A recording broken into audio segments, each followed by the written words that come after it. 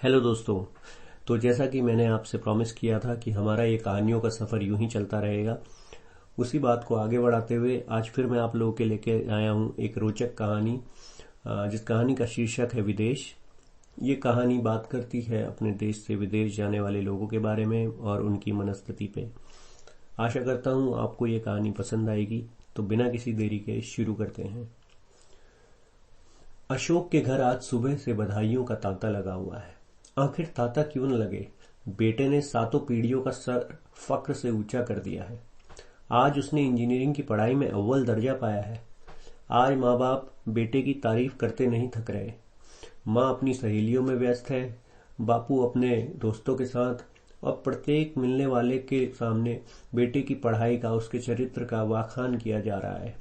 फिर कोई दूसरा आता है तो हूबहू वही वर्णन दोहराया जाता है। यदि कोई मित्र इन दोनों के बीच में आ जाए तो उसकी तो शामत ही आ गई समझो, क्योंकि फिर से उसे यही व्याख्यान दोहराया जाता है। इधर विकास के बेटे ने भी इंजीनियरिंग की परीक्षा पास की है, वो भी बहुत अच्छे अंकों के साथ। फर्क सिर्फ इतना है कि सुयस, जो कि अशोक का बेटा है, उसे विदेश में पढ़ाई का ऑफर मिला है, वो भी स्कॉलरशिप के साथ, जबकि ऋषि यह अवसर मात्र एक नंबर कम होने के कारण प्राप्त नहीं कर सका। इसकी वजह से ऋषि के घर उतनी बधाइयां नहीं पहुंच रही, शायद जितने का वो हकदार है। ऋषि मन ही मन सोचता है, आखिर विदेश में ऐसा क्या है जो हिंदुस्तान में नहीं। सुयस आज 7 समुंदर पार करके प्लेन में उड़ चुका है। सुयस उतना खुश नहीं है क्योंकि उसके बचपन का साथी ऋषि आज उससे हमेशा के लिए बिछड़ रहा है। ऋषि ने अपनी पढ़ाई चेंज कर ली और एक नए कॉलेज में दाखिला पा लिया। ऋषि ने इंजीनियरिंग की पढ़ाई छोड़कर आईएएस बनकर देश की सेवा करने की ठान ली। उसके दिल में एक बात हमेशा चलती रही कि आखिर सुयस को ज्यादा बधाइयां क्यों मिली और मुझे क्यों नहीं। सुयस विदेश के रहन सहन में खुद को नहीं ढाल पा रहा। उसका खाने पीने में दिल नहीं लगता। दोस्तों की टोली बनाकर घूमना, मौज मस्ती करना, मजे किसे कहते हैं, ये तो शायद सुयस भूल ही गया। सुयस को हिंदुस्तान सपनों में दिखने लगा, लेकिन हिंदुस्तान आना अब शायद सुयस के हाथों में नहीं रह गया था। जब वहां से अनुमति मिलेगी, जितने दिनों की अनुमति मिलेगी, उतना ही उसे शायद हिंदुस्तान में रहने को मिले। सुयस को अब हिंदुस्तान आना मुश्किल लगने लगा। आज सुयस के माँ बाप ऊपर से जितने भी खुश दिखें, पर अंदर से उतने ही दुखी है। माँ को सुयस के बिना खाना पीना जीना सब दूभर लगता था। ऋषि की पढ़ाई ठीक चल रही थी, लेकिन सुयस के वहां नहीं होने से कहीं ना कहीं वो भी दुखी था। समय बीतता गया, दोनों ने अपनी पढ़ाई पूरी करी। सुयस आज यूएस में एक सफल सॉफ्टवेयर इंजीनियर है और ऋषि अपने देश में अच्छे ओहदे पर एक आईएएस ऑफिसर बन गया है। सुयस ने वहां शादी भी कर ली और अब एक सुखमय जीवन के साथ अपनी बीवी के साथ वहां पे रह रहा है। उसने एक गोरी मेम से शादी करी है। गोरी मेम भी उसे वहां के वातावरण में सम्मिलित नहीं कर पा रही। आज 10 साल के बाद ऋषि एक ऐसी हैसियत पे पहुंच गया है जो भारत में एक उच्च स्तरीय हैसियत है, और भारत सरकार की तरफ से उसे उसी देश यूनाइटेड स्टेट्स ऑफ अमेरिका जाने का मौका मिलता है जहां उसका बचपन का दोस्त सुयस भी रहता है। एक दिन दोनों मिलने का प्लान बनाते हैं। दोनों का मिलना एक दिल दो जान जैसे हो जाता है। पूरी रात दोनों बैठ के बातें करते हैं और खूब सारी गप्पे मारते हैं। उनकी भाभी उन्हें चाय देने आई, तब पता चलता है कि अरे रात कब बीत गई और सुबह ही हो गई। सुयस ऋषि को अपना बंगला, महंगी गाड़ी, गोरी सुंदर मेम दिखा रहा है, लाखों रुपए की आमदनी एवं शहर का खूबसूरत नजारा दिखाता है, पर बावजूद इसके ऋषि को कोई फर्क नहीं पड़ रहा। वो बिल्कुल भी दुखी नहीं है। ऋषि के पास भले ही महंगी गाड़ी नहीं है, उसके पास सुयस की हैसियत के बराबर बंगला नहीं है, उसके पास उतना सुंदर खूबसूरत शहर नहीं है। इसके बावजूद भी ऋषि के चेहरे पे एक अजीब सा संतोष है।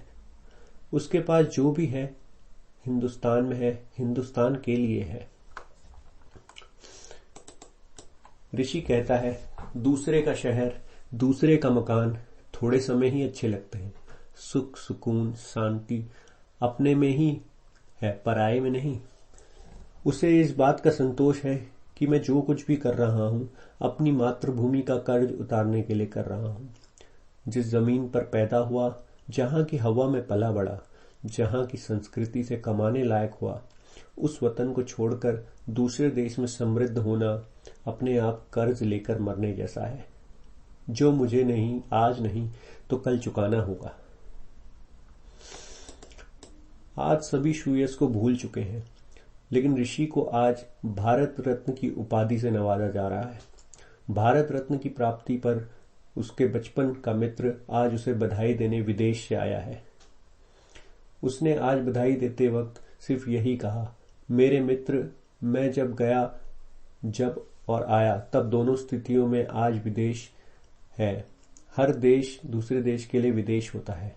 भारत के लिए अमेरिका, जापान, चीन, यूरोप ये विदेश है, तो अमेरिका के लिए जापान, चीन, यूरोप, इंग्लैंड, इंडिया ये विदेश है। तो मित्र, मैं विदेश जाकर विदेशी हुआ, लेकिन तुमने देश में रहकर मुझे विदेशी बना दिया। उस दिन तुमने मुझे बधाई दी थी, आज मैं तुम्हें बधाई देता हूं। तुमने मेरी आंखें खोल दी।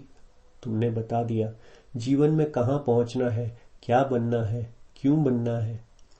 देश विदेश में यही अंतर है कि देश में रहकर व्यक्ति संघर्ष करता है, संघर्ष करने की क्षमता बढ़ाता है, तपता है, तपाता है। यह भावना देश में रहने से ही जागृत होती है। जीवन जीने की दिशा एवं दशा की अनुभूति होती है। अहंकार की जगह त्याग की भावना बलवती होती है, जबकि विदेश में रहने वाला व्यक्ति इस दृष्टि से कभी विकसित नहीं हो पाता। वह बुद्धिमान तो हो सकता है, पर संस्कारवान धन नहीं कमा सकता है।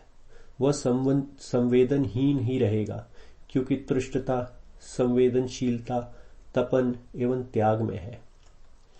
विदेश में धन है। धन से आज तक किसी को खुशी नहीं मिली और ना ही मिलेगी। जितना अधिक व्यक्ति के पास धन होता है, वह उससे कहीं अधिक चाहता है। धन रिक्त स्थान भरने की बजाय शून्य पैदा करता है। हमें ध्यान रखना चाहिए कि पैसा साधन है, साध्य नहीं। जीवन को सफल बनाने के लिए शिक्षा की जरूरत है, डिग्री की नहीं। हमारी डिग्री हमारा सेवा भाव, हमारी नम्रता, हमारे जीवन की सरसता है। अगर यह डिग्री नहीं मिली, हमारी आत्मा जागृत नहीं हुई, तो कागज की डिग्री बेकार है। यह कहते हुए सुयस की आंखें नम हो गई और वह ऋषि को भारत रत्न की उपाधि पाने पर बधाई देता हुआ पुनः 7 समुद्रों को पार करने के लिए हमेशा हमेशा के लिए उड़ गया। तो दोस्तों, आशा करता हूं आपको ये कहानी विदेश पसंद आई होगी। बड़ी खूबसूरती से इस कहानी में विदेश में रहने वाले भारतीयों के जीवन की विडंबना को दर्शाया गया है और उनकी मनस्थिति और उनके हृदय में क्या चलता है, उनके हृदय की पीड़ा अपने देश को लेकर। मुझे ये कहानी बड़ी पसंद आई। आशा करता हूँ आपको भी पसंद आई होगी। आपको जो भी इस कहानी के बारे में फीडबैक है, मुझे कमेंट सेक्शन में ज़रूर बताएं। और अगर आपको ये कहानी और मेरे चैनल में पेश की गई कहानियाँ, कविताएं पसंद आ रही हैं, तो मेरे चैनल को सब्सक्राइब कीजिए, शेयर कीजिए, लाइक कीजिए और मेरा हौसला बढ़ाइए। ऐसे ही सफर को जारी रखते हुए अगली बार फिर मिलूंगा एक रोचक कहानी के साथ। तब तक के लिए अपना ध्यान रखिए। Take care.